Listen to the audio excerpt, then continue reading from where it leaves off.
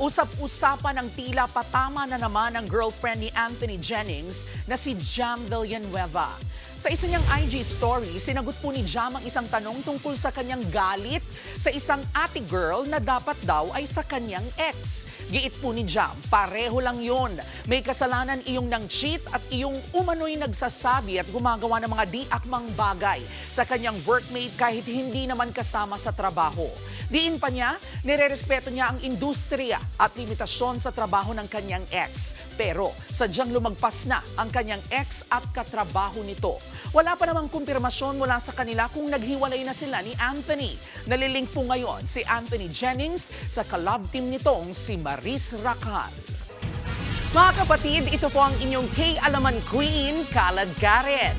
Always remember na ang K-Alaman ay K-Yamanan. Kaya para sa latest showbiz news at dagdag impormasyon, mag-follow at mag-subscribe sa social media pages ng News 5. Okay?